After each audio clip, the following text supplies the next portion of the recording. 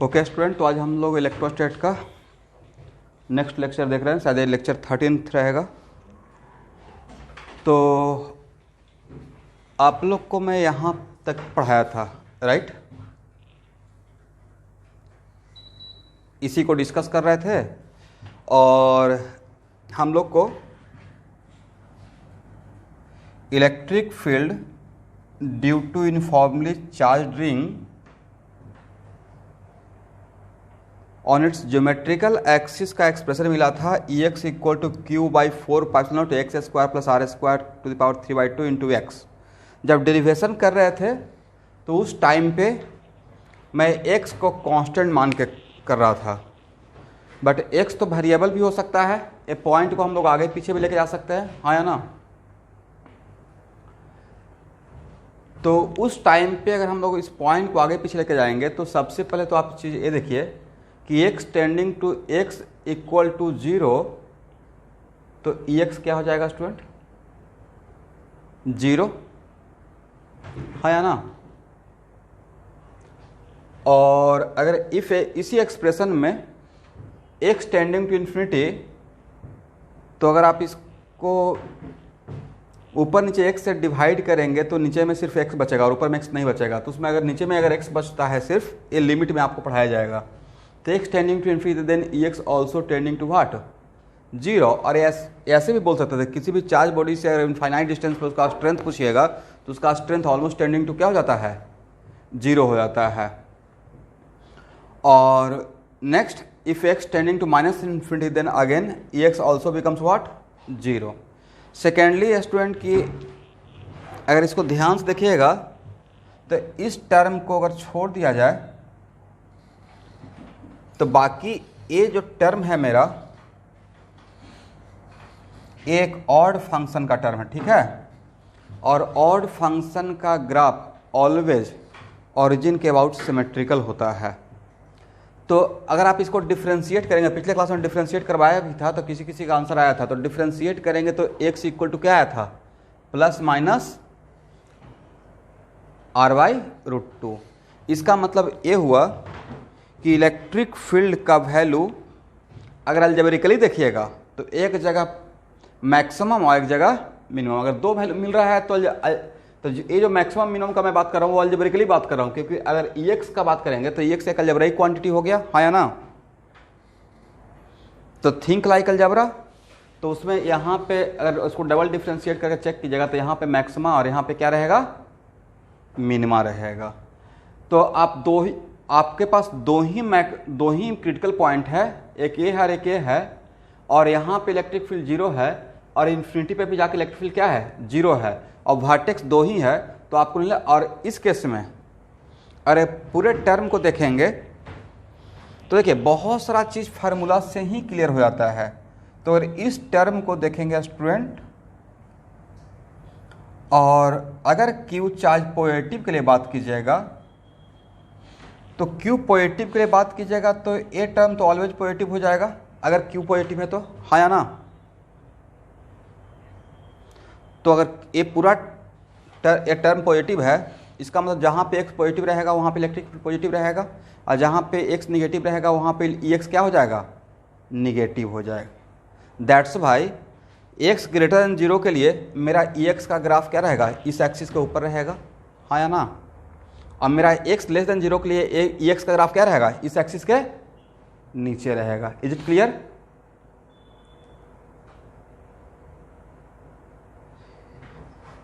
और x greater than 0 के लिए मेरा Ex पॉजिटिव रहेगा, but x tending to infinity पे जाकर तो 0 होना है, और एक क्रिटिकल पॉइंट है वर्टेक्स से, तो इस जोन में एक वर्टेक्स, इस जोन में एक वर्टेक्स। इसका मतलब आपको नहीं लगता कि ग्राफ का नेचर ऐसा रहना चाहिए कि यहाँ पे जाकर मैक्सिमम होकर फिर से डिक्रीज करेगा, हाँ या ना?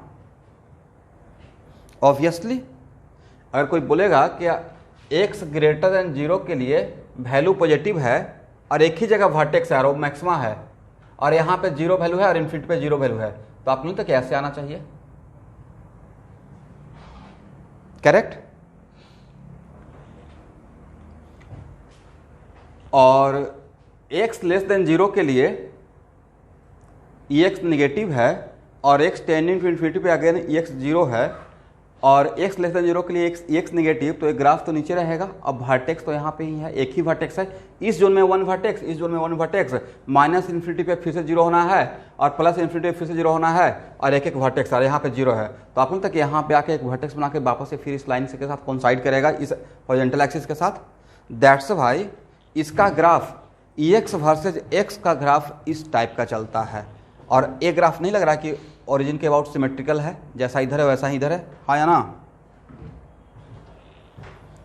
लेकिन अगर Q, ये ग्राफ आपने किसके लिए ड्रॉ किया? Q ग्रेटर देन 0 के लिए। अगर Q लेस देन 0 रहेगा तो वही ग्राफ रहेगा या जस्ट उल्टा हो जाएगा। इसलिए ये ग्राफ मैंने किसके लिए ड्रॉ किया? ये ग्राफ मैंने ड्रॉ किया किसके लिए? और ए किसके लिए? Q लेस देन 0 के लिए।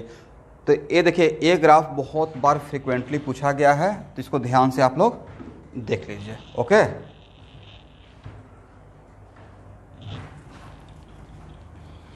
अब इसी में अगर आपसे पूछा जाता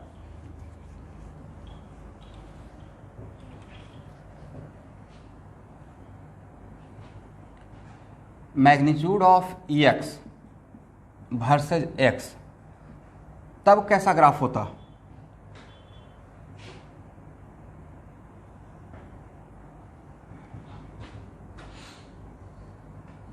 आपको नहीं था कि ऐसा ग्राफ हो जाएगा, हाँ या ना? EX मैग्नीट्यूड ऑफ EX का मतलब कि जो जहां जहां EX निगेटिव है वहां मेक इट व्हाट? पॉजिटिव। तो जहां जहां EX निगेटिव है तो EX कहां कहां निगेटिव था? इसमें निगेटिव था, इसमें निगेटिव था, सबको पॉजिटिव बना देंगे। तो दोनों ग्राफ मिलाकर magnitude of EX versus X, ये मैंने किसके लिए ड्रॉ किया? Q लेस देन 0 के लिए, Q ग्रेटर देन 0 के लिए, दोनों के लिए एक साथ हो गया। मैग्नीट्यूड बोल रहे हैं ना, दैट्स वाई एक किसका ग्राफ हो गया? Modulus of EX versus EX का ग्राफ हो गया। तो तीनों ग्राफ आपको माइंड में रखना है और इसको शॉर्ट नोट्स में रख लीजिएगा। ओके, तो और नेक्स्ट क्वेश्चन कि अब ये भी ऑब्जेक्टिव बहुत बार पूछा, मेडिकल में तो डायरेक्ट ही पूछा गया है कि due to uniformly charge ring के लिए मैक्सिमम मैग्नीट्यूड ऑफ EX क्या होता है? मैग्नीट्यूड, तो मैक्सिमम मैग्नीट्यूड ऑफ EX कहाँ पे रहेगा? X equal to plus R by root, सिर्फ वहाँ पे रहेगा या यहाँ भी रहेगा? दोनों जगह पे रहेगा। और इसका वैल्यू क्या रहेगा? वैल्यू निकाल लेंगे यहाँ पे, वैल्यू पुट करके X का कितना वैल्यू यहाँ पुट कर दीजिएगा? R बाई रूट 2, और उसका क्या ले लीजिएगा? मॉडुलस ले लीजिएगा। तो यहाँ पे वही आपको वैल्यू मिलेगा। ओके,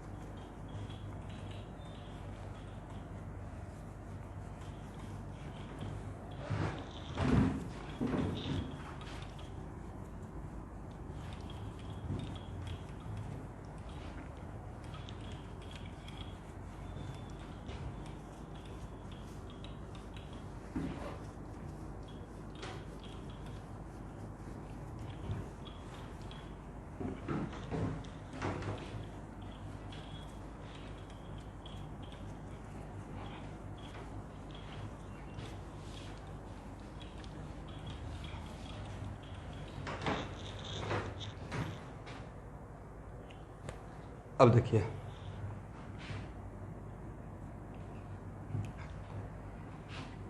मेरा दो I have two charge particle, एक चार्ज पार्टिकल है Q1 और एक चार्ज पार्टिकल है Q2। तो इसके पोजीशन वेक्टर क्या बोलिएगा स्टूडेंट? R21, हाँ या ना? तो R21 किसका पोजीशन वेक्टर है? Position vector of 2 with respect to 1। और A किसका पोजीशन है? R12, correct? यस। तो अगर आपसे पूछेंगे कि फोर्स ऑन 2 ड्यू टू 1, बिल्कुल बढ़िया से जो फार्मूला आप जानते हैं, क्या लिखिएगा? 1/4 pi epsilon not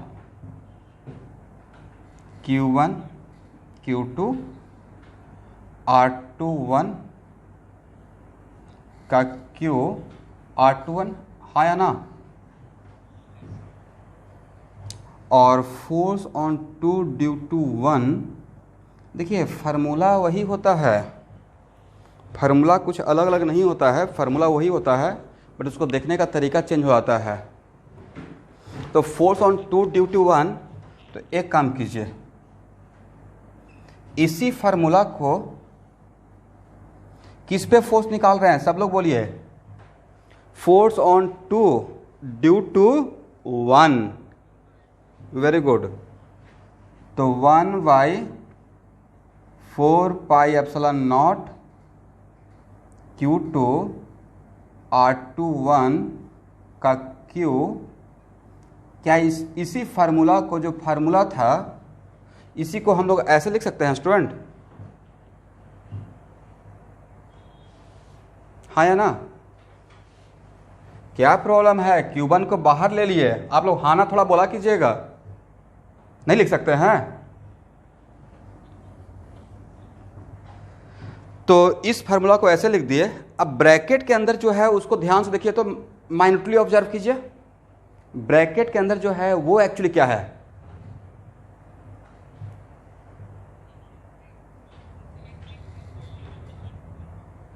electric field on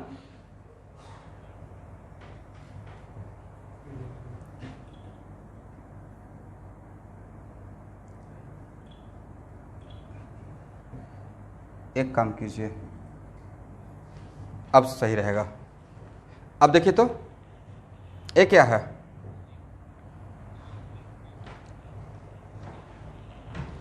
तो ये है, ये पूरा ब्रैकेट एक्चुअल में पूरा ब्रैकेट मेरा है, ये ब्रैकेट। तो force on 2 due to 1 equal to हो गया Q2, और आपको नहीं था कि जो ब्रैकेट के अंदर है वो एक्चुअल में है electric field due to Q1 on Q2, electric field on point 2 due to 1, हाँ या ना। तो क्या इसको बोल सकते हैं electric field on point 2 due to 1, correct. तो बताइए किस पे फोर्स निकाले और किसका फील्ड लिए,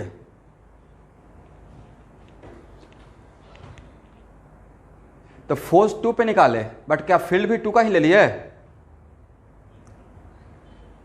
यही रूल है, कोई भी पार्टिकल लाइक कोई मास है, तो मास क्या क्रिएट करता है, ग्रेविटेशनल फील्ड। तो कोई जो फील्ड क्रिएट करेगा वो खुद पे फोर्स नहीं लगाता है, करेक्ट। वो अगर फोर्स लगाएगा भी खुद पे तो वो it is kind of internal force, it is kind of what, internal force. इसका मतलब अगर 2 पे फोर्स निकालना था इलेक्ट्रिक फोर्स, तो फील्ड 2 का ही लेंगे या किसी और का लेंगे, किसी और लेकर। मैं नहीं बोल रहा हूँ कि सिर्फ यहाँ पे फील्ड ऑलवेज ओनली एक ही चार्ज पार्टिकल का कारण रह सकता है, ये सिर्फ आपको समझाने के पॉइंट ऑफ व्यू से। इसका मतलब इलेक्ट्रिक फोर्स का फार्मूला, और ये तो पहले से भी हम लोग इलेक्ट्रिक फोर्स का एक फार्मूला आप लोग को बता रहे थे कि देखिए एक फार्मूला ये होता है, हाँ या ना। एक जहाँ पे इलेक्ट्रिक फील्ड डिफाइन किए थे, तो अब नहीं लगता कि फार्मूला से ही एक्चुअली वो चीज़ आ गया था। तो ओरिजिनल ये जो फार्मूला था जिसको मैं पकड़ के ऑलवेज लेके चल रहा हूँ, तो आपने तक ये सबसे अल्टीमेट चीज़ है, और यहाँ से ही ये आ गया है। इसका मतलब है आज के बाद किसी भी चार्ज पार्टिकल पे अगर फोर्स निकालना है तो उसी चार्ज पार्टिकल का फील्ड लेना है या फील्ड किसी और का लेना है, फील्ड किसी और का लेना है। Very good. तो फोर्स के लिए अब आपसे पूछेंगे, फोर्स के लिए ऐसे लिखें या फोर्स के लिए ऐसे लिखें, कौन ज़्यादा करेक्ट है, या दोनों वो एक ही बात है। तो आज के बाद अगर हो सकता है कि कन्वीनियंट के लिए अगर मैं ऐसे लिख रहा हूँ, electric force on this charge particle, electric force on charge particle Q equal to Q into E, तो फील्ड क्या इसी का रहेगा या किसी और का रहेगा, किसी और का। ओके अब चलिए फोर्स ऑन 1 ड्यू टू 2 के लिए क्या फार्मूला लिखते, 1/4πε0, फिर से सेम बात। अब यहाँ पे क्या लिखेंगे, R12 लिखेंगे ना, चलिए अब यहाँ पे एक काम कीजिए, Q1 को बाहर ले लीजिए, तो क्या हो जाएगा Q2 बाई 4πε0 R12 का Q। इलेक्ट्रोस्टैट कंसेप्चुअल है, थोड़ा सा ज़्यादा नहीं लेकिन थोड़ा है, इसलिए यहाँ पे एक एक पॉइंट पे साथ में चलिएगा। बताइए ए ब्रैकेट किसका इलेक्ट्रिक फील्ड है? Q2 का। तो Q2 हो गया मेरा सोर्स पॉइंट, Q2 क्या हो गया? Source point. अब फील्ड पॉइंट कौन सा हो गया? तो अगर Q2 को सोर्स मानेंगे तो RFS, तो अपने तक यहाँ पे F का काम पॉइंट 1 कर रहा है और S का काम 2 कर रहा है, हाँ या ना? अरे यहाँ वही तो लिखे हैं, करेक्ट। तो ये क्या हो गया? Q1 into electric field on 1 due to what? 2। इसका मतलब इस फार्मूला से ही हम लोग को बहुत बढ़िया काम हो गया यहाँ से, हाँ या ना? तो यहाँ तक समझ में आ गया? ओके, किसी को कोई प्रॉब्लम? तो अपने लैंग्वेज में लिख लीजिएगा, किसी चार्ज पार्टिकल पे अगर इलेक्ट्रिक फोर्स निकालना है तो हम लोग उसका चार्ज लेते हैं, बट फील्ड किसका लेते हैं? उसी का या किसी और का? फील्ड किसी और का। फील्ड जहाँ पे चार्ज पार्टिकल रखा रहता है वहाँ पे फील्ड किसी और का रहता है, और वो फील्ड एक चार्ज पार्टिकल के वजह से भी हो सकता है या बहुत सारा चार्ज पार्टिकल के वजह से भी हो सकता है। ओके, अगर बहुत सारा चार्ज पार्टिकल रहेगा तो वहाँ पे electric field due to only one charge particle या नेट इलेक्ट्रिक फील्ड लेंगे? नेट इलेक्ट्रिक फील्ड लेंगे। ओके, तो नहीं लगता कि फार्मूला के देखने का नज़रिया चेंज करने से बहुत कुछ समझ में आ जाता है? थोड़ा थोड़ा चीज़ों को चेंज करने से।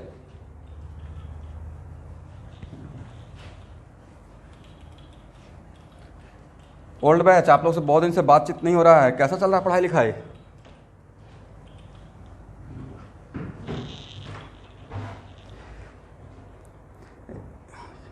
एकदम बढ़िया चलना चाहिए, लगे रहिए। क्लास तो इतना सारा दे दिए हैं, आज सुबह भी आप लोग बैठ कर आप ही लोग का रूटीन बना रहे थे, सोचते कैसे और कुछ उसमें टाइम निकाला जाए। तो देख रहे हैं कि बायो का भी रूटीन फिक्स कर दिए हैं, तो इस तरीके से देख रहे हैं कि आप लोग को कम स्ट्रेस हो। लेकिन अभी मेरे माइंड में ये भी चल रहा है कि टाइम तो बीतते जा रहा है, तो अब तो फुल फ्लेज जो होना चाहिए इस क्लास का, अब जैसे भी रहेगा, चाहे ऑनलाइन रहेगा या ऑफलाइन रहेगा, तो अब उसमें क्लास तो लेना ही पड़ेगा। इसलिए वर्क पावर एनर्जी का क्लास निकालने के लिए आप लोग का ट्यूसडे को कोई क्लास नहीं रहता है एक्सेप्ट इवनिंग क्लास, हाँ या ना? एक मैथ का रहता है, करेक्ट। तो ट्यूसडे को, हाँ दिन में होता था, उसके बाद ही ट्यूसडे को आपका शाम में 5:15 से 8 तक वर्क पावर 2 क्लास लूँगा, और उसी दिन ट्यूसडे को ही सुबह 1 क्लास ले लूँगा, ताकि हम लोग का सिलेबस उधर भी एक्सेलरेट होते रहे, ठीक है ना? हाँ ले लेंगे, कोई प्रॉब्लम नहीं है। अब बाकी इधर इलेक्ट्रोडायनेमिक्स पढ़ाते रहेंगे। वर्क पावर खत्म होने के बाद फिर मैकेनिक्स में टाइम नहीं लगता है, लेकिन वर्क पावर खत्म होने के बाद ही मेन मैकेनिक्स शुरू भी होता है, ये भी मान लीजिए। Centre of mass, collision, rotation, SHM, work power तक तो सब लोग बहुत बढ़िया से माहौल बना के पढ़ाते हैं। चलिए अब यहाँ पे electric potential energy and electric potential.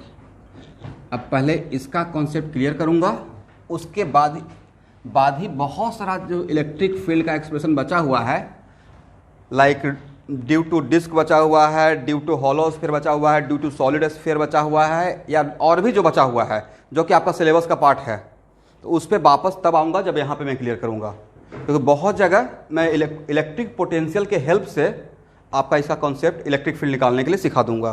तो इसके लिए अब राइट टाइम है कि पहले इसको सीख लेते हैं। ओके,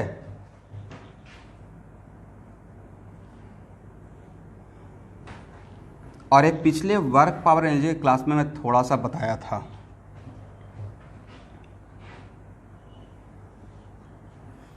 चलिए तो यहाँ देखिए, मैं एक कैपिटल क्यू चार्ज को यहाँ पे फिक्स कर दिया, ध्यान से मत समझिएगा, आज का क्लास बहुत इंपॉर्टेंट रहेगा। कैपिटल क्यू चार्ज को फिक्स कर दिए और इस आर्बिट्रेरी पाथ पे एक स्मॉल क्यू चार्ज को मैं लेके जा रहा हूँ, correct.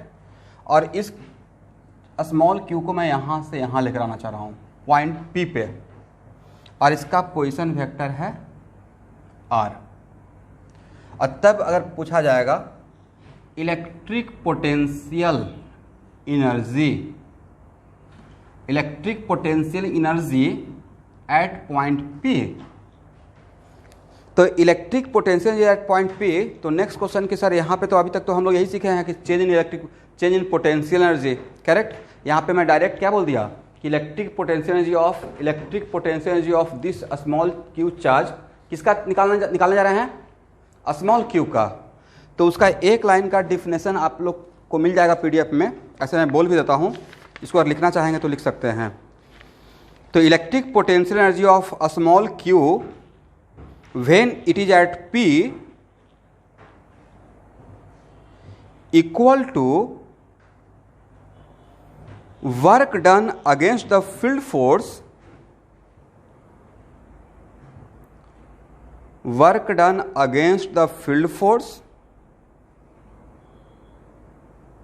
in moving from P naught to P, where P naught is the reference point, where P naught is what? Reference point. इसका मतलब है कि अगर आपसे कोई पूछेगा कि नहीं मुझे चेंज इन पोटेंशियल नहीं चाहिए, मुझे बिल्कुल इसी पॉइंट पे चाहिए कि इसका इस पॉइंट पे इलेक्ट्रिक पोटेंशियल का वैल्यू क्या है, एब्सोल्यूट वैल्यू, नॉट चेंज। इसका मतलब कि एब्सोल्यूट वैल्यू अगर किसी का चाहिए किसी पॉइंट पे, इसका मतलब कि रेफरेंस पॉइंट से ही आपको मेजर करना पड़ेगा, हाँ या ना। दैट्स वाई मैंने क्या बोला, work done against the field force moving from point P nought to P, where P nought is what, reference point. Yes, तो यहाँ पे अब सपोज कीजिए कि आप यहाँ पे अगर आप निकालना चाहते हैं तो सबसे पहले यह है कि कहाँ से कहाँ तक आना है, work done by field force या work done against the field force. Work done against the field force coming from where to where, P naught. और पी नॉट को आप क्या बोल रहे हैं स्टूडेंट, रेफरेंस पॉइंट बोल रहे हैं, करेक्ट। और यहां पे फील्ड फोर्स क्या है, फील्ड फोर्स क्या, इलेक्ट्रिक फोर्स, हाँ या ना। और इलेक्ट्रिक फोर्स के लिए क्या हम लोग ये लिख सकते हैं, Q into E. But charge किस पे फोर्स लग रहा है, कैपिटल Q को फिक्स कर दिए हैं, तो किसका चार्ज किसका फील्ड, चार्ज किसका कैपिटल, चार्ज किसका कैपिटल क्यू का, सॉरी फील्ड किसका कैपिटल क्यू का, और चार्ज किसका, चार्ज स्मॉल क्यू का। तो यहाँ पे एफ ए इक्वल टू क्या लिखिएगा स्टूडेंट, क्या F A equal to minus Q into लिख सकते हैं, हाँ या ना। That's why this equal to minus Q E dot D R coming from where to where, P nought से पी, ठीक है। और यहाँ पे माइनस क्यू को अगर आप बाहर ले लेते हैं तो इसका वैल्यू कितना है, 1/4 pi epsilon nought R Q into R लिख सकते हैं, देखिए तो, हाँ या ना। और कहाँ से कहाँ तक स्टूडेंट, पी नॉट से पी। और आर डॉट डी आर के लिए आपको बताया था क्या लिखने के लिए, आर डी आर, ओके। तो this equal to minus Q, अब यहाँ पे कैपिटल क्यू को भी अगर चाहेंगे तो बाहर ला सकते हैं, तो क्या हो जाएगा, और 4 पाई एप्सिलॉन नॉट को भी बाहर ला सकते हैं, तो कितना हो जाएगा R D R by R Q, कहाँ से कहाँ तक, पी नॉट से पी, यहाँ तक आ जाइए, यहाँ तक आ गए, okay.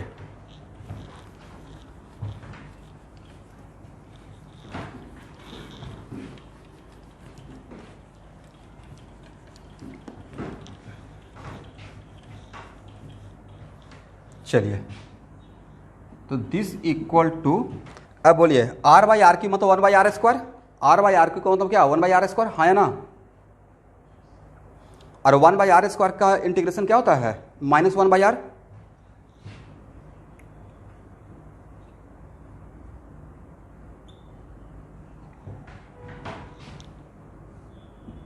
-1 by R position vector of P nought से पोजीशन वेक्टर ऑफ पी, हाँ या ना। Position vector of P nought से किसका कहाँ से किसका लिमिट लेना है, आर का लिमिट लेना है, तो आर का, आर में कौन किसका किसका आर का, पी नॉट का और पी का, हाँ या ना, पी नॉट का और पी का। दैट्स वाई यहाँ पे क्या, और इस माइनस को क्या यहाँ एब्जॉर्ब कर सकते हैं स्टूडेंट, तो माइनस को एब्जॉर्ब कर दीजिएगा तो क्या हो जाएगा, Q by 4 pi epsilon not 1 by R P minus 1 by are P not, हाँ या ना।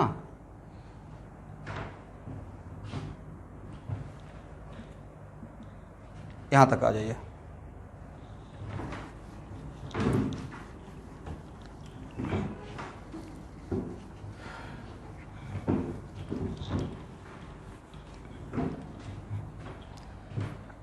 अच्छा ये बताइए कि पॉइंट टू बी नोटेड, यहाँ देखिएगा, अगर इस स्मॉल क्यू के बदले अगर 1 यूनिट पॉजिटिव चार्ज लेते हैं, कितना यूनिट पॉजिटिव चार्ज, तब एक्सप्रेशन क्या रहता, तब एक्सप्रेशन रहता Q/4 पाई नॉट, हाँ या ना। इसका मतलब आप किस पे वर्क करते, 1 यूनिट पॉजिटिव चार्ज पे, किसके अगेंस्ट, फील्ड के अगेंस्ट, इलेक्ट्रिक फील्ड के अगेंस्ट, करेक्ट। तो एक्चुअली जब Q equal to 1 unit positive charge लेते हैं तो उसी को आगे चलकर डिफाइन कर दूंगा, electric potential eight given point P, क्या डिफाइन कर देंगे, इलेक्ट्रिक पोटेंशियल। और 10th क्लास में इलेक्ट्रिक पोटेंशियल का डिफिनेशन हम लोग यही पढ़ते रहते थे, work done against the field force on unit positive charge coming from infinity to that point, coming from where to where, infinity to that point. तो वो ज़्यादा जनरलाइज था या this one is more generalize, वहाँ पे वो special case हो गया ना कि यूनिट पॉजिटिव चार्ज, वो क्या हो गया, जनरलाइज या स्पेशल केस हो गया, स्पेशल केस हो गया, यस। तो क्या इसको हम लोग ऐसे लिख सकते हैं, Q/4 pi epsilon nought R P minus Q/4 pi epsilon nought are P not, ठीक है। और चलिए यहाँ देखिएगा, और इसको क्या ही लिख सकते हैं, हाँ या ना। एक इसका, एक कहाँ का पोटेंशियल जी है, पी पॉइंट का, और एक इस पॉइंट का है रेफरेंस पॉइंट, यस। और रेफरेंस पॉइंट पे, एट रेफरेंस पॉइंट, जहां पे पॉइंट ऑफ रेफरेंस है तो वहां पे, वहां से जीरो से ही तो शुरू करते हैं, तो at reference point U P nought का वैल्यू क्या होगा स्टूडेंट, बोलिए 0। तो आपको ए वैल्यू 0 ही हो गया, तो नहीं लगा कि U P minus 0 equal to U P absolute at that point. और रेफरेंस पॉइंट पे अगर इलेक्ट्रिक पोटेंशियल जी 0 हो गया तो यहाँ से आर पी नॉट कितना हो जाएगा, जरा बता सकते हैं आप लोग, दिस इक्वल टू 0 देना, R P nought equal to, a term 0 कब होगा, ये तो कॉमन सेंस की बात है ना, जब इसका वैल्यू इन्फिनिटी रहेगा, हाँ या ना। इसका मतलब है कि इलेक्ट्रिक पोटेंशियल एनर्जी का रेफरेंस पॉइंट कहाँ होता है, इन्फिनिटी पे हो।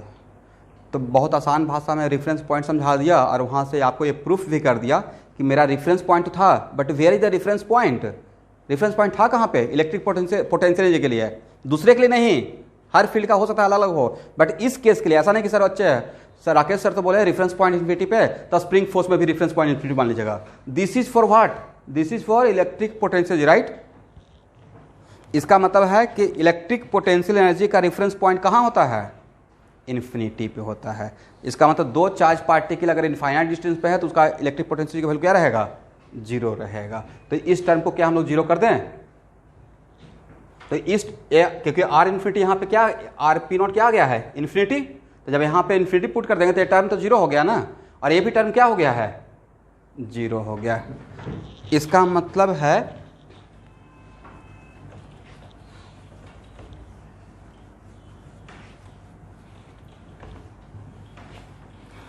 स्टूडेंट ये हो गया कि आज के बाद मेरे तरफ से ये मैं बहुत दिन से आपको 1 साल पहले से बता रहा था कि देखिए कभी प्रूफ करके दिखा देंगे, तो वो टाइम आज ही है कि मैं फार्मूला बता दूंगा कि कहाँ से फार्मूला एक्चुअल में आया था। ठीक है, इसका मतलब आज के बाद दो चार्ज पार्टिकल के बीच का डिस्टेंस अगर r है तो उसके बीच में इलेक्ट्रिक पोटेंशियल एनर्जी का फार्मूला क्या है, Q by 4 pi naught r। और यहाँ पे Q और कैपिटल Q को एब्सोल्यूट वैल्यू पुट करना है या put with proper sign, absolute value या put with proper sign, proper sign के साथ पुट करना है। तो यहां तक क्लियर, एनी प्रॉब्लम। अब चलिए इससे फायदा यह होगा, यहां देखिए अब आपको ये चीज अगर पता हो गया, और मान लेते हैं कि एक एग्जाम्पल लेते हैं और यहां पे अगर इसको फिक्स कर दिया जाए और तब बोलेंगे कि अभी स्मॉल q 0.1 पे है और अब 0.2 पे चला गया, और तब पूछेंगे change in electric potential energy, तो आपको तो किसी पॉइंट का ही फार्मूला पता है। तो अगर 0.1 पे रहा होगा तो इलेक्ट्रिक पोटेंशियल एनर्जी क्या है, देखिए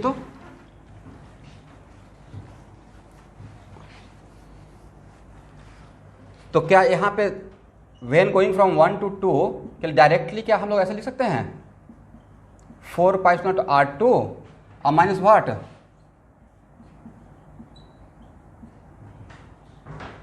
हाँ या ना। और इसका वैल्यू अगर निकालिएगा तो डैम श्योर यही आएगा। बोलिए ऐसा मैंने क्यों बोला, क्योंकि ऐसा मैं पढ़ाया हुआ हूं।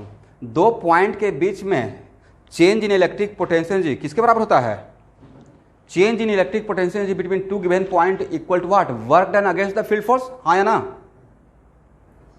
वर्क डन तो ए वैल्यू ही रहेगा 200% श्योर सेम हो जाएगा, क्योंकि दो पॉइंट के बीच में दो पॉइंट के बीच में change in potential energy always, दो पॉइंट के बीच में चेंज इन पोटेंशियल एनर्जी के लिए रेफरेंस पॉइंट का रिक्वायरमेंट नहीं होता। ये हम लोग पढ़े थे वर्क एनर्जी के लेक्चर में, ओके। तो अब इसके लिए हम लोग क्या करेंगे, work done against the field force coming from R1 to R2, इसका वैल्यू निकालिएगा तो आपको ए वैल्यू और ए वैल्यू डिफरेंट वैल्यू नजर आएगा या सेम वैल्यू रहेगा, सेम वैल्यू रहेगा। समझ गए, तो यहां तक समझ में आ गया। चलिए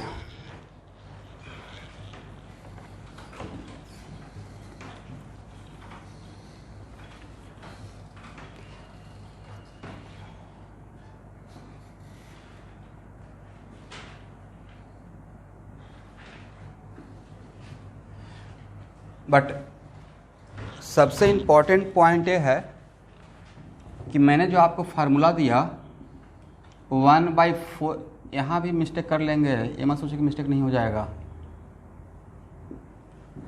ये जो फार्मूला दिए हैं वो किसके लिए दिए हैं, सिस्टम ऑफ चार्ज पार्टिकल्स के लिए दिए हैं या सिर्फ टू चार्ज पार्टिकल के लिए। ये ऑलवेज आपका हेल्प करेगा या it is only valid when two charge particle का आपस में सोचेंगे तब उसके लिए फार्मूला है। This is the formula of electric potential energy between two charge particle, किसका। अब अगर आपसे कोई पूछेगा कि ये इलेक्ट्रिक पोटेंशियल किसका है, क्यू स्मॉल क्यू का है या कैपिटल क्यू का है, किसका बोलिएगा। बोलिए सर दोनों का म्यूचुअल है, दोनों क्या है म्यूचुअल, ठीक है। अब उसको थोड़ा देर के बाद प्रूफ कर देंगे। तो इलेक्ट्रिक पोटेंशियल अब यहाँ देखिए, तो यहाँ पे कैपिटल क्यू है और आर डिस्टेंस पे स्मॉल क्यू है, तो electric potential energy equal to क्या लिखेंगे? तो electric potential energy equal to आप लिखिएगा क्यू बाई 4πε0, हाँ या ना आर। तो ये इसको क्या ऐसे पढ़ सकते हैं कि this is the electric potential energy of a small Q at point P, हाँ या ना। इसको ऐसे भी तो पढ़ सकते हैं, दिस इज द यहाँ पे, या इसको ऐसे पढ़ सकते हैं टोटल यहाँ देखिएगा, total electric potential energy at point P, हाँ या ना। Total electric potential energy at point P. अब अगर आपसे पूछा जाए कि मुझे एट पॉइंट पी पे electric potential per unit charge चाहिए, तो इसको क्या पढ़ेंगे student? U P why total electric at point P, we have to find out total electric potential per unit charge. तो पॉइंट पी पे कितना अमाउंट ऑफ चार्ज है? क्यू। पॉइंट पी पे टोटल चार्ज कितना है? क्यू। तो अगर इस इलेक्ट्रिक पोटेंशियल को स्मॉल क्यू से डिवाइड कर देंगे तो क्या मिलेगा?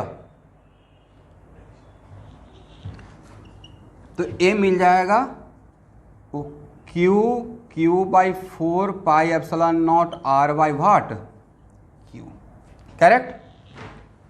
और बचेगा क्या?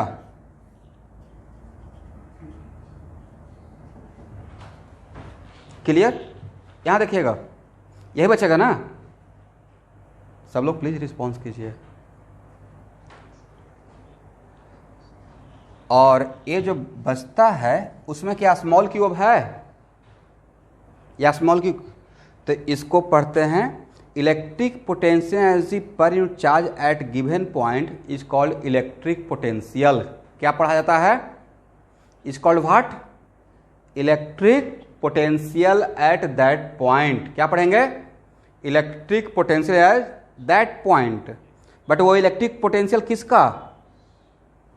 कैपिटल क्यू का। किसका?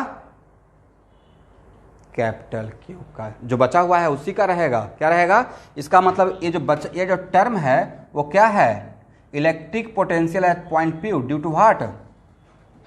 Capital Q. क्या है? This is the electric potential not electric potential energy. इसका मतलब आपको नहीं लगता है कि यहाँ पे इलेक्ट्रिक पोटेंशियल का एक फार्मूला ये भी हो गया, जूल पर coulomb. Energy by charge is called what? Joule पर कूलम। ये भी तो बोल सकते हैं, करेक्ट।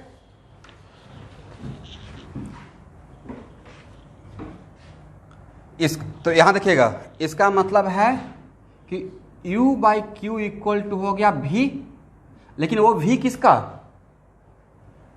वो V क्या? कैपिटल क्यू का या स्मॉल क्यू का या कैपिटल क्यू का?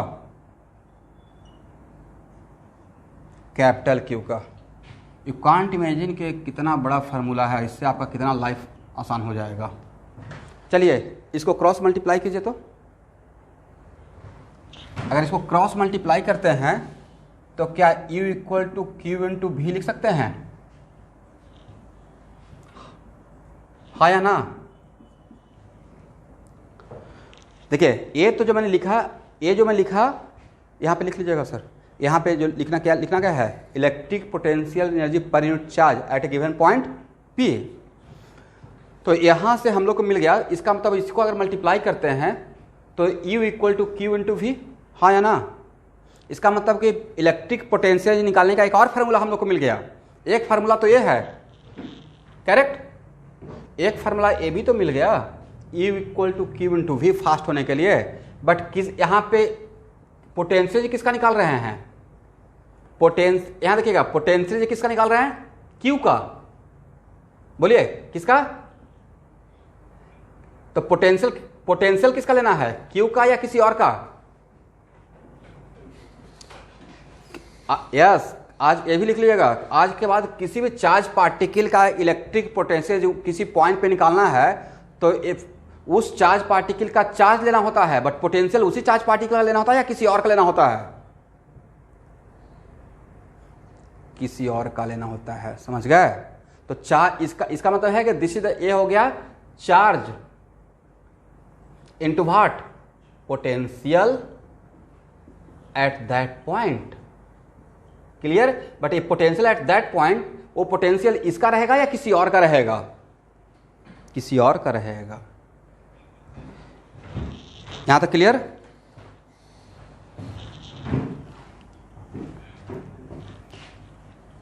अब देखिए स्टूडेंट,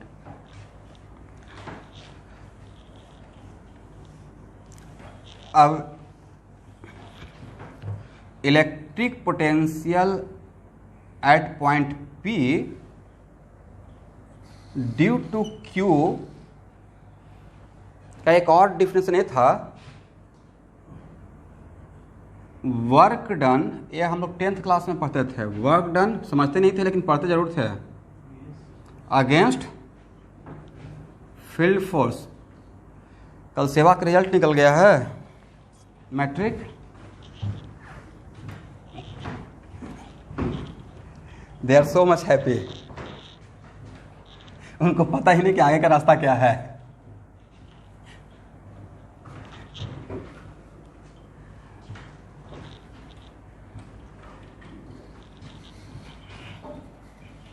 चलिए अब फिर से इलेक्ट्रिक पोटेंशियल पे आ रहे हैं। तो एक डिफरेंशन ये भी तो है, ये भी डिफरेंशन याद रखना है मेडिकल वालों को। Work done against the field force on unit positive charge, किस पे student? Moving from where to where, P naught to P, correct? P naught to P। इसका मत और work done against the field force, इन्हें लेता कि it is kind of the definition of electric potential जी, हाँ है ना? तो ये तो इलेक्ट्रिक पोटेंशियल का डिफिनेशन था जिसको मैं इलेक्ट्रिक पोटेंशियल नाम दे रहा हूं। ऐसा क्यों? क्योंकि electric potential energy per unit charge, और electric potential per unit charge को ही तो पोटेंशियल बोलते हैं। Electric potential per unit charge को ही क्या बोलते हैं? पोटेंशियल। इसका मतलब है कि यूनिट पॉजिटिव चार्ज को अगर इन्फिनिटी से उस पॉइंट तक, अब रेफरेंस पॉइंट तो हम लोग को पता है ना, कहां से कहां तक आना है? इन्फिनिटी टू आर, कहां से कहां तक? अरे ये इन्फिनिटी मेरा क्या है? अब बार बार नहीं प्रूफ करेंगे कि इन्फिनिटी, यहाँ पे इलेक्ट्रिक फोर्स में इन्फिनिटी जो रहता है वो मेरा रेफरेंस पॉइंट रहता है। इसका मतलब है कि अगर सेम सिचुएशन को अगर एक बार रिपीट करते आप लोग और यहाँ पे कैपिटल क्यू रखते और यहाँ पे मेरा पी नोट है और इस पी नोट से, पी नोट मतलब infinity, R equal to infinity, और यहाँ से +1 से अगर +1 यूनिट पॉजिटिव चार्ज को यहाँ से अगर यहाँ लेकर आते, कहाँ से कहाँ? यहाँ से अगर यहाँ लेकर आते तो आपको नहीं था कि आपको यही लिखना पड़ता, work done against the field force, हाँ या ना? कहां से कहां तक? इन्फिनिटी से हार। और इसके लिए आपको अगेंस्ट द फील्ड फोर्स का मतलब, अब चार्ज कितना है? दिस वन ई, चार्ज लेंगे प्लस यूनिट पॉजिटिव चार्ज, और इलेक्ट्रिक फील्ड किसके अगेंस्ट काम करना है? इसके फील्ड के अगेंस्ट, ई डॉट डी आर, हाँ या ना? कहां से कहां तक? इन्फिनिटी से आर तक। तो बोलिए +1 से मल्टीप्लाई करें या डिवाइड करें, कोई फर्क पड़ेगा? कोई फर्क नहीं पड़ेगा। तो आपको नहीं लगता कि ऐसा हो गया, -E डॉट डी आर हो गया, हाँ या ना? कहां से कहां तक? इन्फिनिटी से आर। और उसके बाद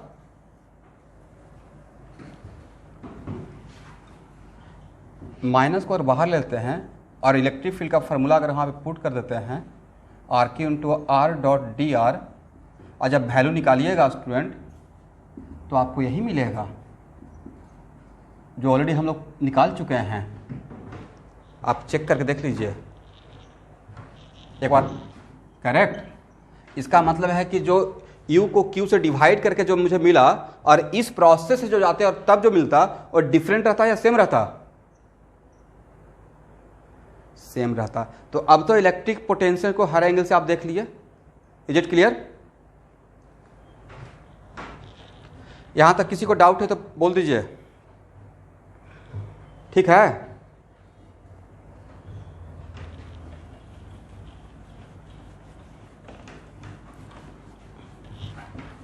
तो देखिए ये चीज़ मैं नहीं लिखता, बट मुझे लगता है कि ये डिफरेंशियल में बहुत जगह लिखा रहता है, तो हो सकता है कि all of you are getting confused कि ओके यू बाई क्यू किए तो वो शायद अलग है और एक करेंगे तो शायद अलग आएगा। दोनों अलग आएगा या दोनों एक ही चीज़ था? एक ही चीज़ था। चलिए अब ये बताइए फिर से एक बार, डी यू इक्वल टू क्या लिख सकते हैं? F A dot D R, हाँ या ना? जल्दी से बोलिएगा। डी यू इक्वल टू, फिर से एक बार यहाँ पे, अब मुझे लगता है कुछ स्टूडेंट बिल्कुल ध्यान नहीं देते रहते हैं, उनके लिए ज़्यादा इम्पोर्टेंट है।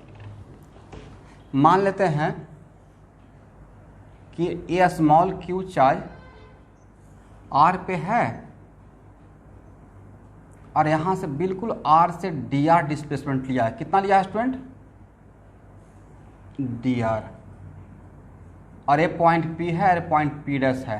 तो and P and P dash आप लोग को स्क्रीन पर नजर आ रहा है कि पी और पी डैश लिख रहे हैं, या बहुत छोटा हो गया लेटर?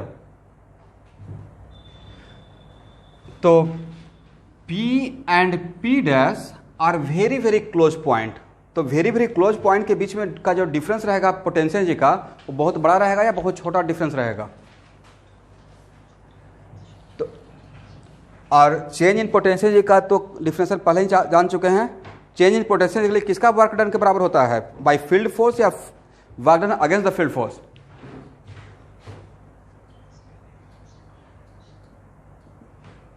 और यहां पे फील्ड फोर्स मेरा क्या है? दिस इंटू दिस, हाँ या ना? करेक्ट। फील्ड किसका? कैपिटल क्यू का। फोर्स किस पे सोच रहे हैं? स्मॉल क्यू पे। तो क्या यहां लिख सकते हैं? Minus Q E dot D R, हाँ या ना? चलिए अब ये बताइए,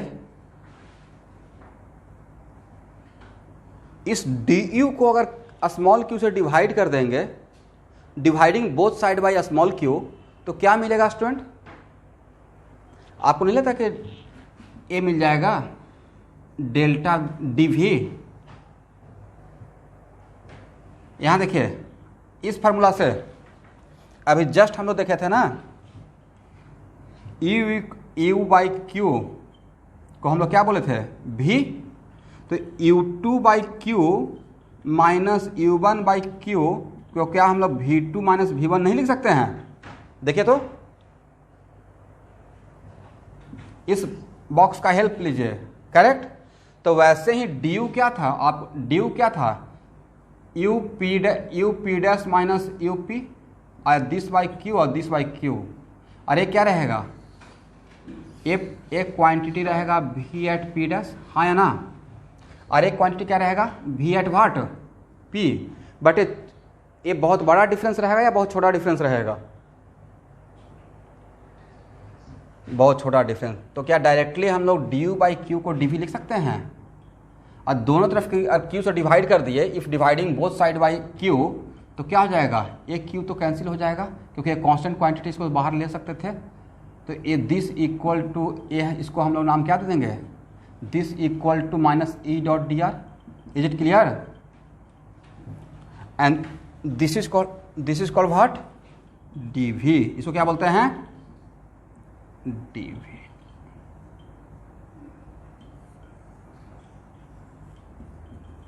एक नया formula, change point noted, change in potential, infinitesimal change in potential equal to E dot D R या minus E dot D are.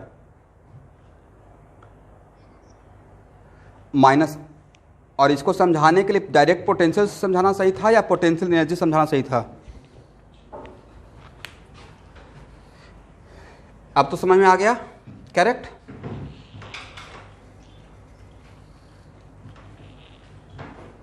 चलिए, ऐसे बहुत जगह direct D V equal to minus teacher बोलते हैं, इसको रट लो, D V equal to minus E dot D R. But मैं चाह रहा था कि आपको समझाते हुए आगे बढ़ें और यहाँ तक आके कॉन्फिडेंस है कि नहीं ऐसा होता है। करेक्ट। अब चलिए, डी वी के लिए आप ऐसा भी लिख सकते हैं, E X D X E Y D Y अब plus E Z D Z. हाँ या ना, जल्दी से बोलिएगा।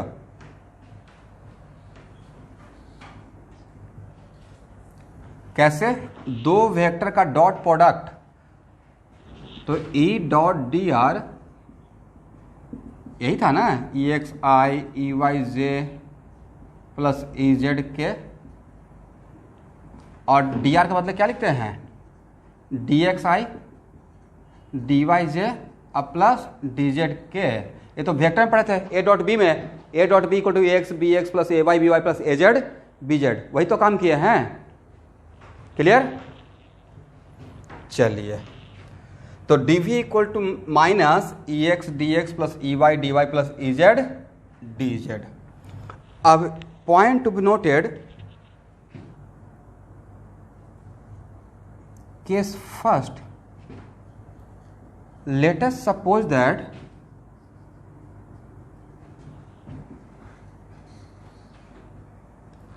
y and z is keeping constant। y और z को क्या मान रहे हैं कुछ देर के लिए? कांस्टेंट। तो y और z को अगर कुछ देर के लिए कांस्टेंट मानते हैं तो ए टर्म और ए टर्म क्या हो जाएगा स्टूडेंट? y और z कांस्टेंट नहीं था, मान रहे हैं कांस्टेंट। कांस्टेंट था नहीं, क्या मान रहे हैं? कांस्टेंट मान रहे हैं। तो लेट अस सपोज दैट, इसको आगे के डेरिवेशन में बहुत इंपॉर्टेंट रहेगा, इससे आपका लाइफ बहुत आसान हो जाएगा। तो let us suppose that y and z is constant, तो dv के लिए क्या लिख सकते हैं? Minus E X D x. हाँ या ना? करेक्ट। तो क्या यहाँ से ई एक्स इक्वल टू ए लिख सकते हैं? क्या लिख सकते हैं ई एक्स के लिए? देखिए तो, अगर आप देख रहे हैं तो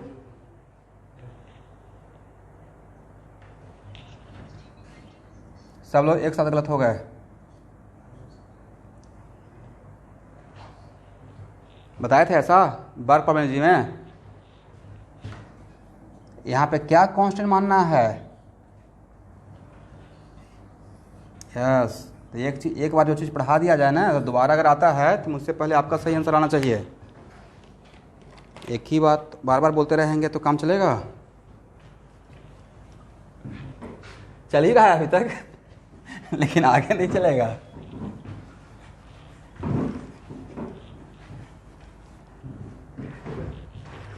कुछ लोग को तो देखते हैं कि मतलब मैं वेट करता रहता हूँ और बोलते रहता हूँ प्लीज़ ज्वाइन फास्ट, तो लगता है कि एकदम खाना वाना खा के सोते रहते हैं। अच्छा अब 3 बज गया, गलती से उठ जाओ भाई, जल्दी से ज्वाइन करना है।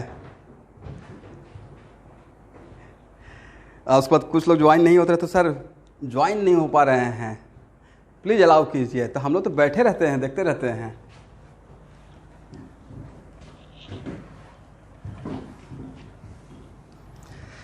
चलिए, यहाँ से बहुत बढ़िया कॉन्सेप्ट मिलने वाला है, देखिए तो सही।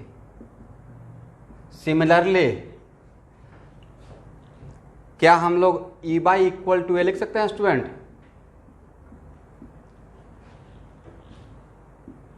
बट उस टाइम पे क्या कांस्टेंट मानेंगे? And again similarly, E Z equal to क्या मानेंगे?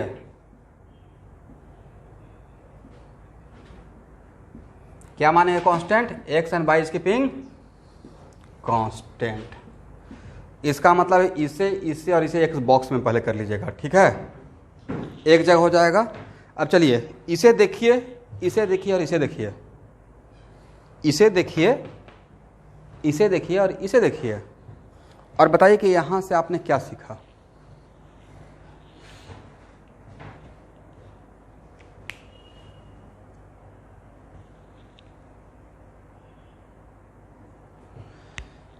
मैंने ऑब्जर्व किया कि मान लेते हैं, यहां देखिएगा, अगर पोटेंशियल के एक्सप्रेशन में, किसके एक्सप्रेशन में? पोटेंशियल के एक्सप्रेशन में अगर एक्स कोऑर्डिनेट नहीं रहेगा, कौन सा कोऑर्डिनेट, एक्स कोऑर्डिनेट अगर नहीं रहेगा और उस टाइम पे आप किसको कांस्टेंट मान रहे हैं, बाई और जेड को, बाई जेड है बट एक्स कोऑर्डिनेट नहीं है, और अगर ई एक्स निकाल रहे हैं तो उस टाइम पे ई एक्स का वैल्यू क्या मिलेगा, बोलिए, 0 मिलेगा। मेरे पॉइंट को फिर से एक बार, फॉर एग्जाम्पल यहाँ देखिए, मान लेते हैं कि मैंने बाई स्क्वायर प्लस 3z ऐसे लिख दिया, this is the expression of potential, this is the expression of what, potential. अब मैं बोला हूँ कि यहाँ से मुझे ई एक्स चाहिए, तो जैसे ही ई एक्स चाहिए तो आपको तो ये फार्मूला याद आएगा, हाँ या ना, और ये जब फार्मूला याद आएगा, पॉइंट टू बी नोटेड, तो आप इसको डिफरेंशिएट एक्स के रिस्पेक्ट में करेंगे और उस टाइम पे बाई और जेड को क्या मान लेंगे, कांस्टेंट। बट जैसे ही बाई और जेड को कांस्टेंट मानेंगे और एक्स है ही नहीं, तो कांस्टेंट क्वांटिटी का डिफरेंशिएशन, तब पूरा एक्सप्रेशन ही कांस्टेंट हो गया ना उस मोमेंट के लिए। तो कांस्टेंट क्वांटिटी का डिफरेंशिएशन क्या होता है, 0। तो आपको लगता है कि यहाँ से एक बहुत बढ़िया लाइन लिख सकते हैं कि आज के बाद अगर पोटेंशियल के एक्सप्रेशन में जो कोऑर्डिनेट एब्सेंट रहेगा, corresponding to that coordinate, component of electric field must be equal to 0, हाँ या ना। if any coordinate is absent in the expression of potential, then corresponding to that coordinate, component of electric field, not electric force, component of electric field must be equal to what, 0, हाँ या ना। कुछ बोल नहीं रहे हैं, नहीं,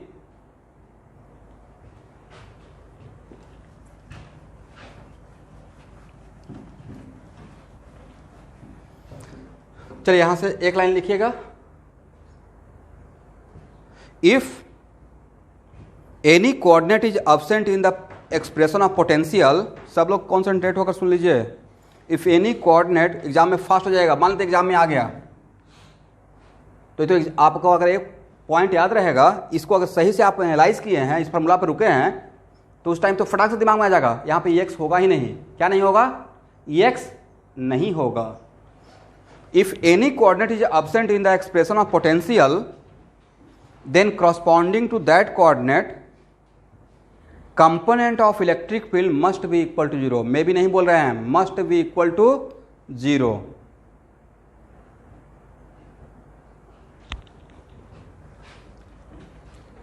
for example यहां देखिए, v equal to X square plus Y square plus Z square, ये आपको दे दिए। अब पोटेंशियल का एक्सप्रेशन दिए और तब पूछे कि यहाँ पे ई एक्स होगा या नहीं होगा, हाँ या ना। तो चलिए, इलेक्ट्रिक फील्ड क्या होगा एट पॉइंट 111 पे, तो हम लोग ई एक्स निकाल लेंगे। इसका मतलब यहाँ इस फार्मूला का एडवांटेज है कि इस फार्मूला के हेल्प से पोटेंशियल का एक्सप्रेशन पता रहेगा, पोटेंशियल का एक्सप्रेशन पता रहेगा, तो आप उस किसी भी पॉइंट पे इलेक्ट्रिक फील्ड निकाल सकते हैं। तो ई एक्स इक्वल टू क्या लिखेंगे, del V by del X, हाँ या ना। तो del V by del X लिख कीजिएगा तो क्या मिलेगा, देखिए तो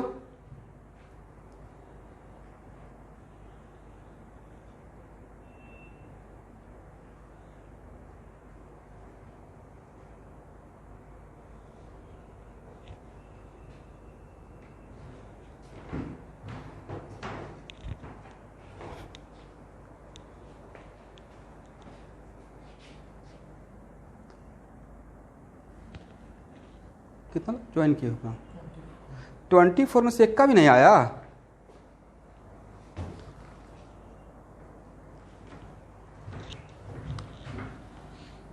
एक प्रॉब्लम दिए हैं, एक प्रॉब्लम है, मैं पोटेंशियल का एक्सप्रेशन दिया हूं, ठीक है, और तब आपसे पूछे हैं इलेक्ट्रिक फील्ड एट पॉइंट 111, तो ई एक्स इक्वल टू क्या होगा, तो ई एक्स के लिए क्या लिखेंगे, del V by what, del X, क्या कांस्टेंट मानते हुए, बाई और, तो इसका डिफरेंशिएशन तो 0 हो जाएगा ना स्टूडेंट, थोड़ा बोला कीजिए प्लीज, 0 हो जाएगा। तो सिर्फ इसी को डिफरेंशिएट करेंगे तो क्या मिलेगा, -2x। Similarly E Y equal to क्या मिलेगा स्टूडेंट, -2y, और इजेड के लिए क्या मिलेगा, -2z। तो इलेक्ट्रिक फील्ड को कार्टेशियन सिस्टम में तो आप ऐसे किसी भी वेक्टर को कार्टेशियन सिस्टम में तो ऐसे ही लिखते हैं ना, हाँ या ना।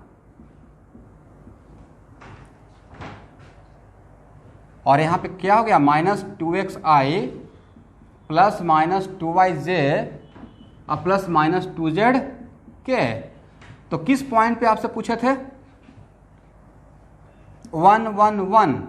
इसका मतलब कितना हो जाएगा, -2i -2j एंड -2k। तो इलेक्ट्रिक फील्ड का मैग्नीट्यूड कितना हो जाएगा, 2 का स्क्वायर प्लस 2 का स्क्वायर प्लस 2 का स्क्वायर, हाउ मच, √12। कितना हो जाएगा, √12 हो जाएगा। तो इस टाइप का प्रॉब्लम आएगा तो बन जाएगा। देखिए तो आप लोग, इस टाइप का अगर प्रॉब्लम आएगा तो क्या आप लोग से बन जाएगा।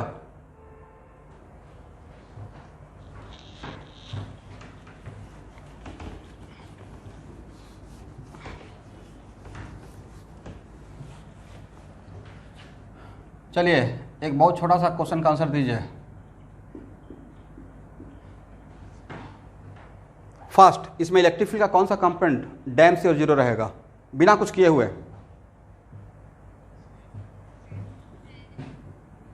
इसका मतलब आप लोग समझते रहते हैं लेकिन चुप रहते हैं नहीं। यहाँ पे जेड कंपोनेंट क्या है, नहीं है। तो जेड कंपोनेंट नहीं है, जेड निकालेंगे तो इसको तो कांस्टेंट मानेंगे, तो कांस्टेंट क्वांटिटी का डिफरेंस क्या हो जाएगा, 0 हो जाएगा। Very good. आप में से जितने भी लोग भी ज्वाइन किए हुए हैं सब लोग, क्या जिस दिन मैं बर्फ में पोटेंशियल एनर्जी डिफाइन कर रहा था तो सब लोग क्लास किए थे, और जो नहीं किए थे क्या आप वीडियो देखे हैं। चलिए बताइए तो Fx इक्वल टू क्या था, जहां पे Fx है कंपोनेंट ऑफ फील्ड फोर्स, यही था ना स्टूडेंट, याद है आप लोग को।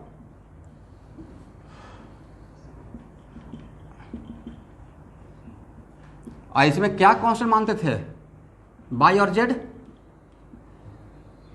और इसमें क्या कांस्टेंट मानते थे, एक्स और, वेरी गुड। और इसमें क्या कांस्टेंट मानते थे, एक्स एंड वाई। आपको लगता है कि बिल्कुल इसी का छोटा भाई है, हाँ या ना। कुछ लोग सोच रहे हैं कैसे भाई हो गया सर, रुकिए अभी बताते हैं। इतना आसान है फिजिक्स, पता नहीं क्यों डर जाते हैं। Y and Z constant, X and Z constant, और यहाँ पे एक्स और वाई कांस्टेंट। यहाँ तक आ गए। चलिए थोड़ा सा और भी चमत्कार देखिए। Ex इक्वल टू क्या आया है स्टूडेंट, आप बोलिए तो, -del v by what, del x। Y and Z is keeping constant. चलिए इस एक्सप्रेशन को दोनों तरफ स्मॉल क्यू से मल्टीप्लाई कर दीजिए। कितना क्यू से, तो स्मॉल क्यू से मल्टीप्लाई कीजिएगा तो क्या लिख सकते हैं, क्यू इंटू एक्स, हाँ या ना।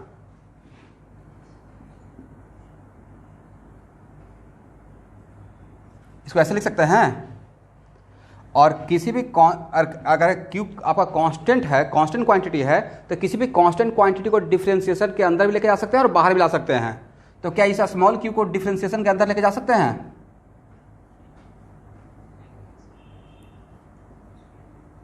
और इस ब्रैकेट के अंदर जो है वो क्या बन गया, वेरी गुड, ये बन गया ना। और ए क्या है, वेरी गुड, ए है Q इंटू ई।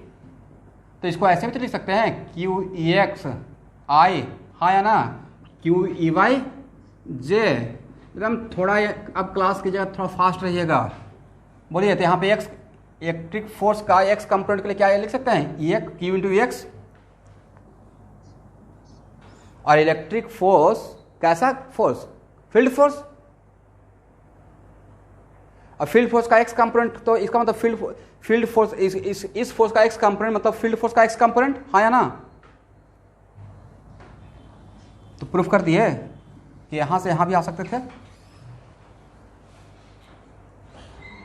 अगर मान लेते हैं ये वर्क पर मैं नहीं भी पढ़ाता या वो टॉपिक नहीं भी पढ़ाते तब भी तो यहाँ पे ये चीज़ प्रूफ कर देते, F X equal to minus del U by del X, हाँ या ना, ये प्रूफ हो गया, करेक्ट। तो अब समझ में आ गया कि इसमें कितना बढ़िया रिलेशन है। तो ये दोनों सेट को एक जगह ही रख लीजिएगा, ओके।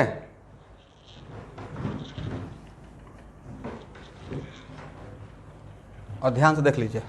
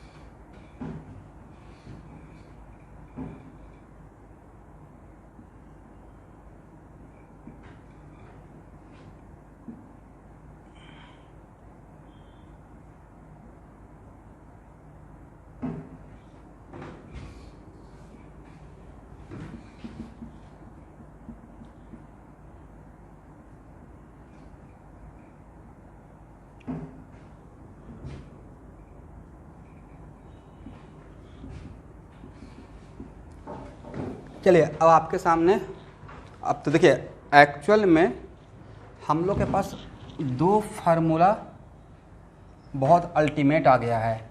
एक फार्मूला है minus E dot D are, क्या है student, minus E dot D R. और एक फार्मूला था जहाँ पे हम लोग ई एक्स निकाल सकते थे, ई वाई निकाल सकते थे और ई जेड निकाल सकते थे। तो आपको नहीं लगता कि भी दिया रहेगा तो E X E Y E Z निकाल लेंगे, हाँ या ना। भी दिया रहेगा तो E X E Y E Z, और अगर ई एक्स ई दिया रहेगा तो भी निकाल लेंगे। तो ई दिया रहेगा तो भी कैसे निकालते हैं, उसी के लिए मैंने आपके सामने एक प्रॉब्लम लिया। और ई इक्वल टू क्या दिया, 2i, ई के लिए क्या दिए हैं 2i। तो जो आपका इलेक्ट्रिक फील्ड है वो वेरिएबल इलेक्ट्रिक फील्ड है या कांस्टेंट इलेक्ट्रिक फील्ड है, देखिए तो कांस्टेंट इलेक्ट्रिक फील्ड है।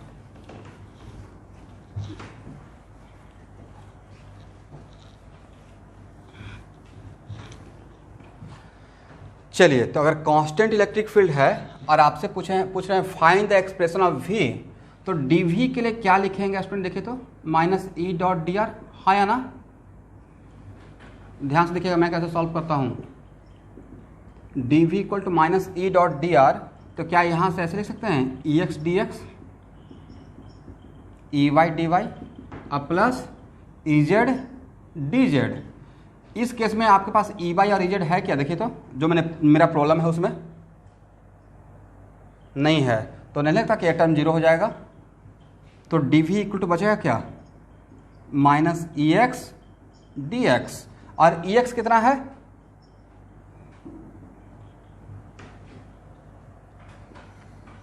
चलिए इंटीग्रेट करेंगे, ठीक है। तो इंटीग्रेट कीजिएगा तो क्या मिलेगा, देखिए तो dv का इंटीग्रेशन क्या होता है, फास्ट। और मैं जो इंटीग्रेशन कर रहा हूँ वो डिफरेंट इंटीग्रेशन कर रहा हूँ या इनडिफरेंट इंटीग्रेशन कर रहा हूँ। जब लिमिट नहीं लिए तो उसको उस इंटीग्रेशन को क्या बोलते हैं, डिफरेंट या इनडिफरेंट। तो इनडिफरेंट इंटीग्रेशन में ऐसे करते हैं, dv का इंटीग्रेशन v, अब बोलिए x का dx का इंटीग्रेशन x, लेकिन इन डिफरेंट इंटीग्रेशन लास्ट में एक बैठाते हैं जिसका नाम है कांस्टेंट ऑफ इंटीग्रेशन, क्या बोलते हैं। और इस टाइप का थोड़ा बहुत ज्ञान आपको मैं रेस्ट एंड मोशन में दिया होगा, शायद याद है कि इस टाइप का करते थे, बोलते थे कांस्टेंट ऑफ इंटीग्रेशन लीजिए, ठीक है। तो v इक्वल टू क्या आ गया, minus 2x plus C. It is not compulsory कि ऑल द टाइम इंटीग्रेशन में आपको लिमिट दिया ही रहेगा। तो जहाँ पे लिमिट नहीं दिया रहेगा वहाँ पे क्या करना है, खुद के तरफ से क्या लेना है, एक बोलिए कांस्टेंट ऑफ इंटीग्रेशन। वो लेने का मेन पॉइंट ऑफ व्यू रहता है कि आपको तो बोल दिया गया जोड़ना है, बट कहाँ से कहाँ तक जोड़ना है तो नहीं ना दिया हुआ है। तो हो सकता है कि जोड़ने के बाद -2x आया तो इसमें से कुछ कम और ज़्यादा हो सकता है, it might be. That's why इसको कंपनसेट करने के लिए एक हम लोग क्या पुट करते हैं, जिसका नाम क्या होता है, कांस्टेंट ऑफ इंटीग्रल। और इस टाइप का प्रॉब्लम में तो नेक्स्ट क्वेश्चन के साथ सी का वैल्यू जब तक नहीं निकलेगा तब तक एक कंप्लीट एक्सप्रेशन तो होगा नहीं। तो डैम श्योर इस टाइप के एक्सप्रेशन में कुछ ना कुछ कंडीशन दिया रहेगा जिसके हेल्प से आप सी का वैल्यू निकाल पाएंगे। ओके, तो बोलिए x इक्वल टू 2 मीटर पे पोटेंशियल कितना था, 4। तो अगर यहाँ पे x के बदले 2 पुट करते हैं तो v के बदले क्या पुट कीजिएगा, 4। तो क्या हो जाएगा -2 × 2 अब +c, देन c का वैल्यू कितना, 8 वोल्ट। कितना, तो v का एक्सप्रेशन निकल गया -2x + 8, हाँ या ना। तो ये किस क्वेश्चन का आंसर हो गया, फर्स्ट। अब नेक्स्ट है कि अब ये आपको जो यहाँ देखिएगा पॉइंट टू बी नोटेड, ये जो आपको मिला है, ध्यान से सब लोग देख लीजिए, पॉइंट टू बी नोटेड ये जो आपको मिला उस एक्सप्रेशन से आप सिर्फ एक ही पॉइंट पे पोटेंशियल निकाल पाएंगे या हर पॉइंट पे निकाल सकते हैं, हर पॉइंट पे निकाल सकते हैं, करेक्ट। लेकिन इसमें अगर कोई पूछेगा कि x इक्वल टू 2, अब यहाँ से देखिए सॉल्यूशन तो हो गया। अब जब पहले सेकंड क्वेश्चन सॉल्व कर लेते उसके बाद यहाँ पे और बात करेंगे। तो अब हम लोग को पोटेंशियल किस पॉइंट पे निकालना था, x इक्वल टू -1 पे। तो x इक्वल टू -1 के लिए यहाँ पे x का वैल्यू कितना पुट करेंगे, -1 और +8, कितना हो जाएगा स्टूडेंट, हाँ सॉरी कितना हो जाएगा, 10 वोल्ट हो जाएगा। तो ये क्वेश्चन बहुत टफ था, या बस इस फार्मूला के हेल्प से यहाँ पे इसको सॉल्व हो गया, करेक्ट। इसका 2 फार्मूला बिल्कुल याद रखिए, dv इक्वल टू -e.dr, यहाँ से एक ये हो जाएगा। इसका मतलब e दिया हुआ है तो v कैसे निकाल सकते हैं, उसके लिए dv इक्वल टू क्या यूज करना है, -e.dr। ओके,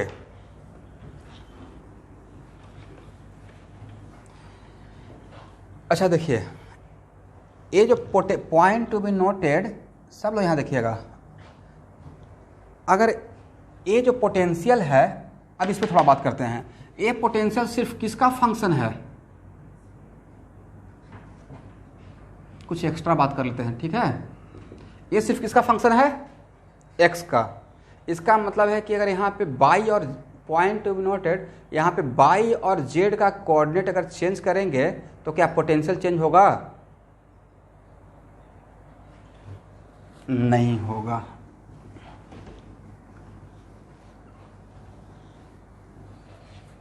तो मान लेते हैं कि ये मेरा है कोई XY प्लेन है, कैसा प्लेन है स्टूडेंट, XY प्लेन, और यहाँ पे x इक्वल टू 2 है या x इक्वल टू 3 है, करेक्ट, 3 और 0, और यहाँ पे है 3 और 4। तो अगर आपसे पूछेंगे कि पॉइंट P1 पे और पॉइंट P2 पे डिफरेंट पोटेंशियल होगा या सेम पोटेंशियल होगा, सेम पोटेंशियल रहेगा, श्योर हैं,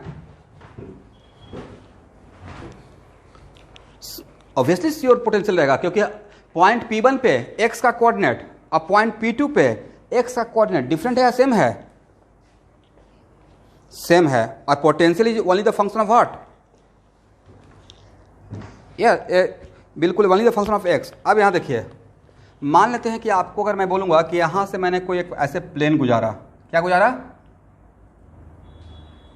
प्लेन, एक कैटलिस्ट का लिफलेट है जो जिसको प्लेन मान लीजिए, क्या मान लीजिए, ए प्लेन। तो ये कौन सा plane, XY plane, YZ plane, ZX plane, कौन सा प्लेन होगा, x एक्सिस पे कौन सा प्लेन परपेंडिकुलर होता है, YZ। इज इट कंपलसरी कि YZ प्लेन सिर्फ y एक्सिस पे ही होगा, या इसके पैरेलल भी रहेगा उसको YZ प्लेन ही बोलेंगे, YZ प्लेन सिर्फ एक ही रहेगा या बहुत सारा YZ प्लेन हो सकता है, YZ प्लेन बाइजेड प्लेन सिर्फ एक ही रहेगा या बहुत सारा हो सकता है? हो सकता है कि कोई ऐसे बोलेंगे सर कि ए होगा और एक रहेगा, आगे दोनों अगर पैरेलल है तो दोनों को कौन सा प्लेन बोलेंगे? बाइजेड। अब बाइजेड प्लेन पे कौन सा कोऑर्डिनेट कांस्टेंट रहता है? बोलिए एक्स कोऑर्डिनेट एट ए गिवन बाइजेड प्लेन। तो इस बाइजेड प्लेन पे हर पॉइंट पे, इस बाइजेड प्लेन पे कितना point? Infinite number of points, but her infinite number of point में एक्स का वैल्यू तो 3 ही रहेगा, हाँ या ना? तो अब कितना बढ़िया बात हो गया। इसका मतलब इस प्लेन का हर पॉइंट पे पोटेंशियल डिफरेंट या सेम? सेम। तो ए प्लेन को क्या बोलेंगे? Equipotential surface. क्या बोलेंगे? वैसा सरफेस जिसके हर पॉइंट पे पोटेंशियल सेम होता है उसको बोलते हैं इक्विपोटेंशियल सरफेस। क्या बोलते हैं? इक्विपोट। Very good. और ये बताइए आपका इक्विपोटेंशियल सरफेस यहाँ पे कौन सा प्लेन है? YZ plane. Only one YZ plane या सो मेनी वाइजेड प्लेन? कोई बोलेगा नहीं x इक्वल टू 4 पे, तो x इक्वल टू 4 को लेते हुए अगर बाइजेड प्लेन बनाते हैं तो ए बाइजेड प्लेन और ए बाइजेड प्लेन सेम बाइजेड प्लेन या डिफरेंट बाइजेड प्लेन? बट यहां भी तो पोटेंशियल कांस्टेंट रहेगा, करेक्ट? बट यहां पे जो पोटेंशियल रहेगा और इस पॉइंट पे जो पोटेंशियल रहेगा इस सरफेस का, वो सेम ही पोटेंशियल रहेगा या अलग अलग पोटेंशियल रहेगा? अलग अलग पोटेंशियल है। तो ये जो बाइजेड प्लेन रहेगा और ये जो बाइजेड प्लेन रहेगा वो अलग अलग बाइजेड प्लेन है, बट हर बाइजेड प्लेन पे एक फिक्स्ड पोटेंशियल है, हाँ या ना?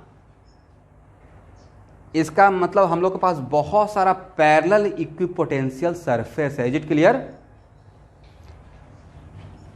हम लोग के पास बहुत सारा इस टाइप का पैरेलल इक्विपोटेंशियल सरफेस है। और एक कौन सा प्लेन? YZ plane. एक कोई मैं थ्योरी नहीं डील कर रहा हूँ, बस प्रॉब्लम पे ही था तो मुझे अचानक से याद आ गया कि यहाँ पे थोड़ा सा कुछ बात कर लेते हैं, आगे कहीं ना कहीं बात करेंगे ही। अच्छा बताइए, ये बाइजेड प्लेन, तो बाइजेड प्लेन पे एक्स एक्सिस क्या रहता है? परपेंडिकुलर, हाँ या ना? तो आपका जो इलेक्ट्रिक फील्ड है वो बाइजेड प्लेन के लॉन्ग है या बाइजेड प्लेन के परपेंडिकुलर है? तो ये भी एक कहीं पे मैं क्वालिटी लिखवाया था इलेक्ट्रिक लाइंस ऑफ फोर्स का, याद है कि electric lines of force equipotential surface को परपेंडिकुलरली कट करता है। तो यहां पे इलेक्ट्रिक फील्ड ऐसे ही रहेगा ना, क्योंकि electric field along x axis, हाँ या ना? और यहां भी इलेक्ट्रिक फील्ड क्या रहेगा? इलेक्ट्रिक फील्ड तो इस केस में मेरा कांस्टेंट है तो और भी बढ़िया हो गया। तो इलेक्ट्रिक फील्ड और आपका जो प्लेन मिल रहा है, इक्विपोटेंशियल सरफेस का जो प्लेन मिल रहा है, वो एक दूसरे के पैरेलल है या परपेंडिकुलर है? परपेंडिकुलर है। तो ये है one of the property of electric lines of forces. Electric lines of force equipotential surface को ऑलवेज कैसे कट करता है? परपेंडिकुलर कट करता है। इसको मैं एक बहुत सिंपल सा एग्जांपल से आपको समझाने की कोशिश किया है। ये नहीं बोल रहा हूँ कि यहाँ पे मैं खत्म कर रहा हूँ, जस्ट एक प्रॉब्लम मिल गया था तो सोचे कि आपके साथ डिस्कस कर लेते हैं। तो अब तो समझ में आ गया कि what the meaning of equipotential surface? वैसा सरफेस जिसके हर पॉइंट पे पोटेंशियल क्या हो? कांस्टेंट हो। बट इज इट कंपलसरी कि एक ही इक्विपोटेंशियल सरफेस रहेगा या बहुत सारा अलग अलग पोटेंशियल का इक्विपोटेंशियल सरफेस हो सकता है? बहुत सारा हो सकता है। इसको भी लिख लीजिएगा sir.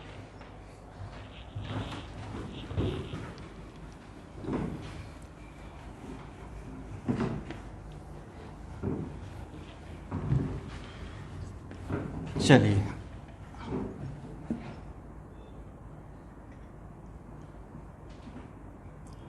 v equal to 10, sorry v equal to 10। तो अब बताइए आपका पोटेंशियल वेरिएबल या कांस्टेंट v यहाँ पे x बाई जेड या r किसी का फंक्शन है? नहीं है। और तब पूछेंगे ex क्या होगा? बोलिए तो 0। ey भी क्या होगा? 0, EZ क्या होगा 0। इसका मतलब ये है कि इलेक्ट्रिक फील्ड क्या हो जाएगा 0।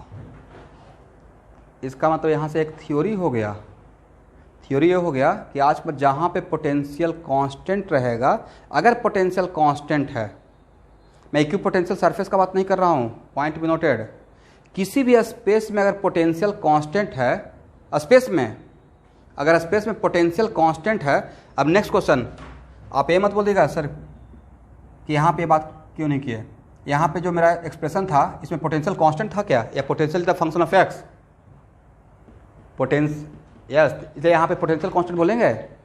वो तो एक प्लेन पे कांस्टेंट है ना, एक प्लेन पे पार्टिकुलर। मैं क्या बात कर रहा हूँ, स्पेस का बात कर रहा हूँ।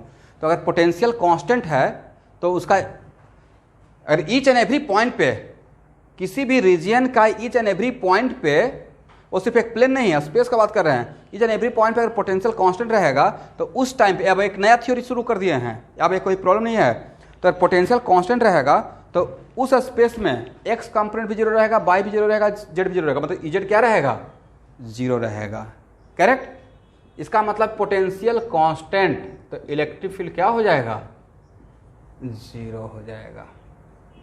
बट इसका उल्टा नहीं बोल सकते हैं कि इलेक्ट्रिक फील्ड कांस्टेंट तो पोटेंशियल 0, क्योंकि अभी जो लिए थे प्रॉब्लम उसमें इलेक्ट्रिक फील्ड कांस्टेंट ही था, हाँ या ना। क्या इसका उल्टा होगा क्या? ऐसा नहीं कि सर ये तो बढ़िया हो गया, एक कांस्टेंट तो ये 0, एक कांस्टेंट तो ये 0, कहानी खत्म। तो वो काम कीजिएगा तो आपका कहानी खत्म हो जाएगा। पोटेंशियल कांस्टेंट तो इलेक्ट्रिक फील्ड 0, इसका रिवर्स के लिए नहीं, क्योंकि अभी जो एक प्रॉब्लम है तो उसमें इलेक्ट्रिक फील्ड कांस्टेंट था, बट पोटेंशियल कांस्टेंट मिला क्या? पोटेंशियल कांस्टेंट नहीं मिला है। यहां तक समझ में आ गया?